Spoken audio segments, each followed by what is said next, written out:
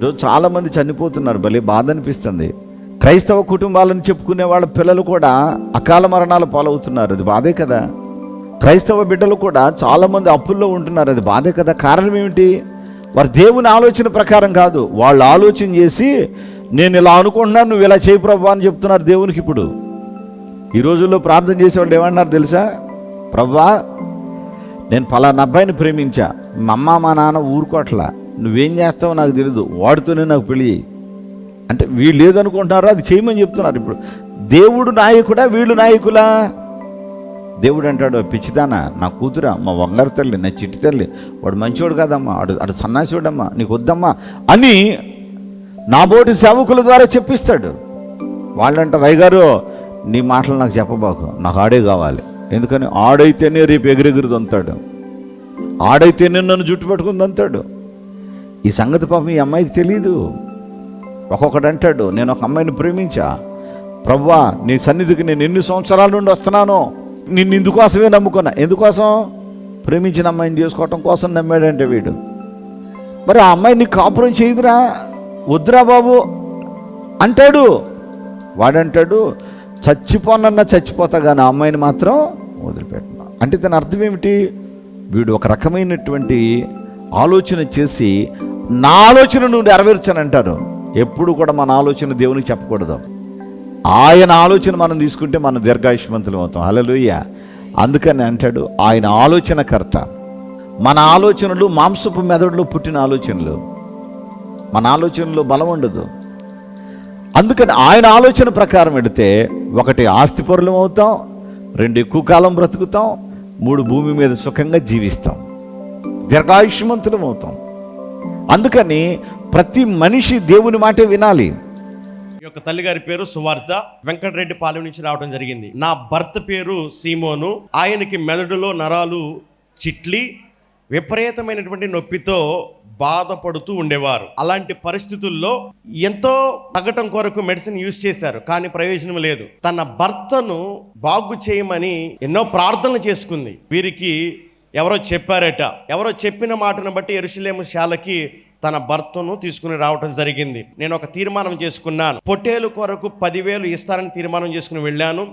దేవుడు ఆశ్చర్యకరమైన రీతిలో ఎంతో బాధకు గురవుతున్నటువంటి నా భర్తను, నరాలు చిట్లి భరించలేని బాధతో ఉన్నటువంటి నా భర్తను దేవుడు స్వస్థపరిస్తే ఈరోజు నా భర్త ఆరోగ్యవంతుడిగా తీర్చిదిద్దబడ్డాడు. చప్పట్ల కొడదాం. హల్లెలూయా. పరిశుద్ధాత్మ అభిషేక అంజూర పండుగ జరుగు స్థలముల వివరములు.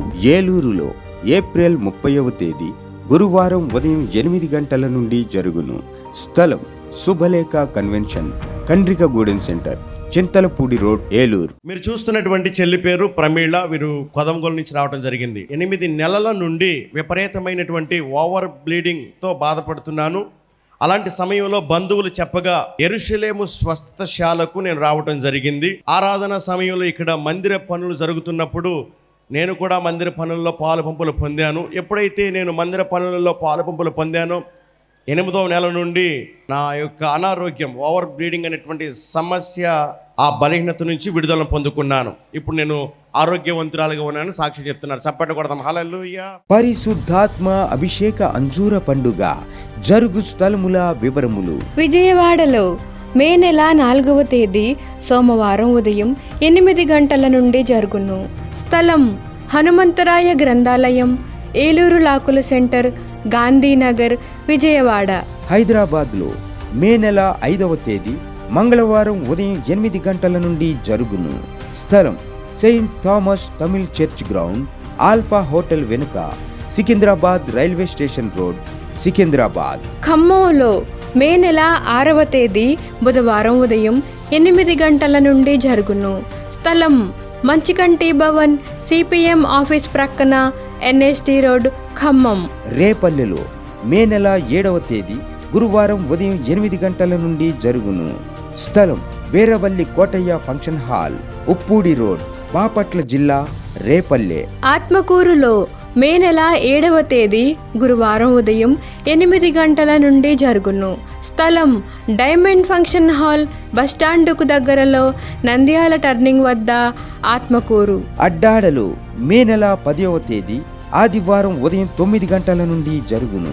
స్థలం సిల్వ మిషన్ స్వస్థతశాల, గుడివాడ పామర్రు మధ్యలో అడ్డాడ. ఒంగోలులో మే నెల 11వ తేదీ సోమవారం ఉదయం 8 గంటల నుండి జరుగును.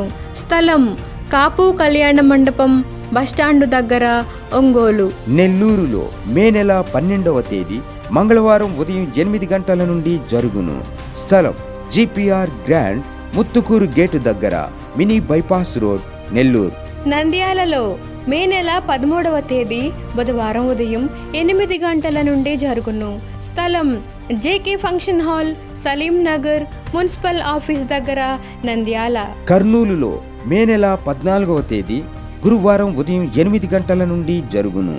స్థలం వైఎంసీఏ గ్రౌండ్, రాజ్ థియేటర్ ఎదురుగా, ఆర్ఎస్ రోడ్, కర్నూలు. గుంటూరులో మే నెల 17వ తేదీ ఆదివారం మధ్యాహ్నం 3 గంటల నుండి జరుగును.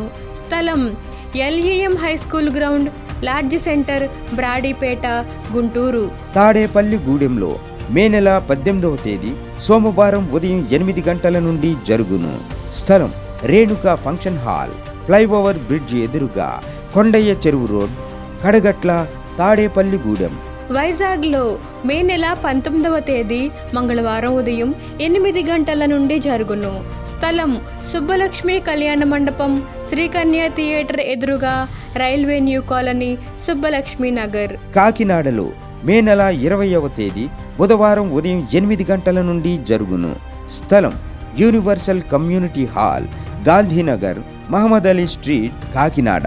మాచర్లలో మే నెల 20వ తేదీ బుధవారం ఉదయం 8 గంటల నుండి జరుగును. స్థలం మానుకొండ కళ్యాణ మండపం, మున్సిపల్ ఆఫీస్ దగ్గర, మాచర్ల, పల్నాడు జిల్లా. పాలకొల్లులో మే నెల 21వ తేదీ గురువారం ఉదయం 8 గంటల నుండి జరుగును. స్థలం కిరాణా మర్చెంట్ అసోసియేషన్ బిల్డింగ్, బస్టాండ్ వెనుక, శ్రీనివాస డీలక్స్ రోడ్, పాలకొల్లు. వినుకొండలో మే నెల 21వ తేదీ గురువారం ఉదయం 8 గంటల నుండి జరుగును. స్థలం గంగినేని గార్డెన్స్, నర్సరావుపేట రోడ్, పల్నాడు జిల్లా. పెద్దడోర్నాలలో మే నెల 21వ తేదీ గురువారం ఉదయం 8 గంటల నుండి జరుగును.